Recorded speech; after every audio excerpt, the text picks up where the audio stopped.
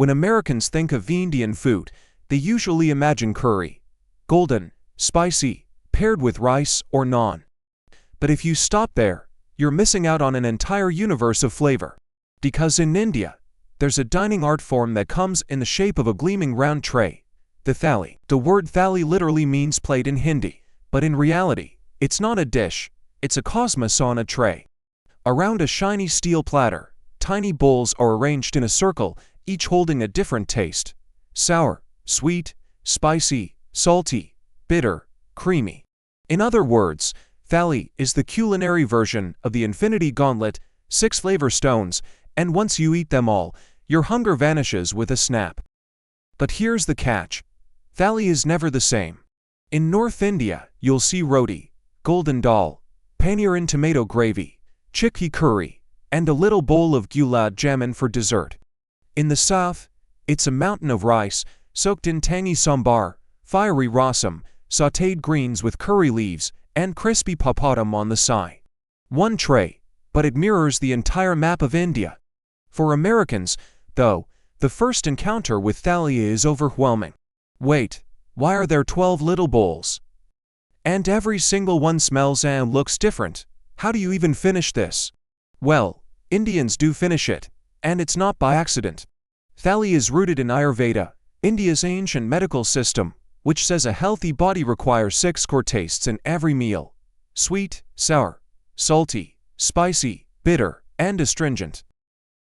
Even the way you eat thali is mindful. No knives, no forks, just your right hand. Tinge some rice, mix it with curry or yogurt, and lift it up. Touching the food makes you connect deeper with it. Americans may panic. You eat with your hands, but for Indians, this is ritual. Eating means touching, feeling, connecting. Not just tasting with your tongue, but with your whole hand. Thali is a mirror of Indian society. On one tray, expensive paneer sits next to humble lentils. No hierarchy, no exclusion. Each dish has its place, but together they form harmony. Thali is more than lunch. It's philosophy disguised as a meal. Just like Vietnamese eat broken rice to celebrate simplicity, and Americans eat fast food to embrace speed and convenience, Indians eat thali to remind themselves, life isn't just sweet or just spicy. To be balanced, you must taste it all. There's a dish whose name alone sounds both intriguing and a little intimidating: Sauerbraten. Roughly translated, it means sour roast, but in reality, it's a kind of sweet and sour pot roast, marinated for days in vinegar, dark beer, and spices before being slowly braised. In America, pot roast usually brings to mind a cozy Sunday dinner with family. In Germany, though, Sauerbraten feels more like a history book written in meat. Every tender, vinegary, spice-soaked bite tells a story of centuries of war, scarcity, and of course, the Germans' eternal love affair with beer. For many Americans, the first reaction is disbelief. Wait, you soak beef in vinegar for a whole week and then eat it. Is it still beef at that point? But it's exactly this backwards logic that makes Sauerbraten so fascinating. To understand the dish, you have to go back to the Middle Ages. Before refrigerators, vinegar and beer were survival tools. Germans created a method: marinate beef in vinegar, dark beer, bay leaves, and peppercorns for 3 to 7 days, then braise it low and slow until it melts in your mouth. The tangy sweet balance from vinegar and sugar, plus a gravy thickened with crushed rye bread, made the dish an icon. Simple yet complex, rustic yet refined, just like the German spirit itself. Scientifically, the long soak in mild acid not only tenderizes the meat, but also enhances Maillard reactions during braising, giving it both deep umami and caramelized notes. For Americans, it seems odd to pickle your beef, but in European logic, if food can't be eaten fresh, the solution is, make it even better by transforming it. Culturally, Sauerbraten represents the German sense of discipline and patience. This isn't fast food. It demands time, restraint, and beer on the side. In the US, everything is rushed. In Germany, Sauerbraten whispers, good things take time, depth requires patience. And here's the twist: the original Sauerbraten wasn't made with beef at all. Legend has it, the first version used horse meat. Yes, in times of scarcity, horse was a valuable protein source, and this very recipe transformed tough, chewy meat into something legendary. Beef only came later, turning it into the modern dish we know today.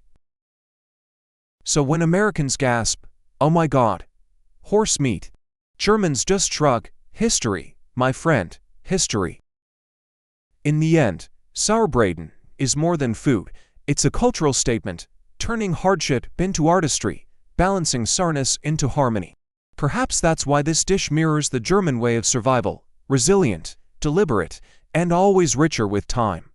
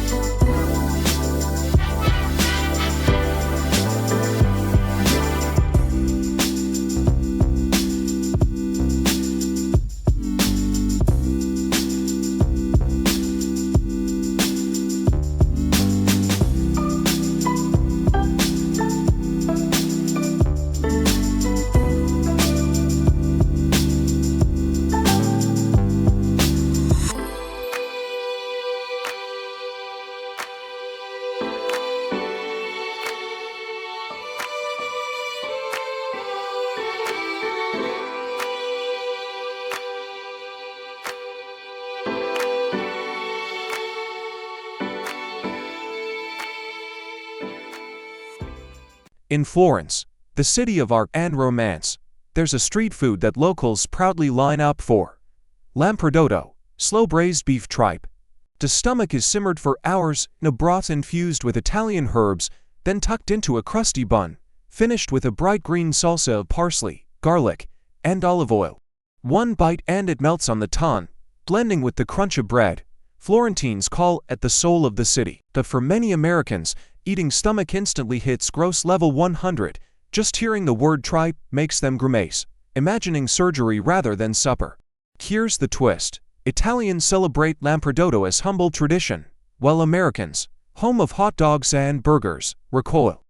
Same sandwich format, but worlds apart. Tender braised tripe versus factory sausage.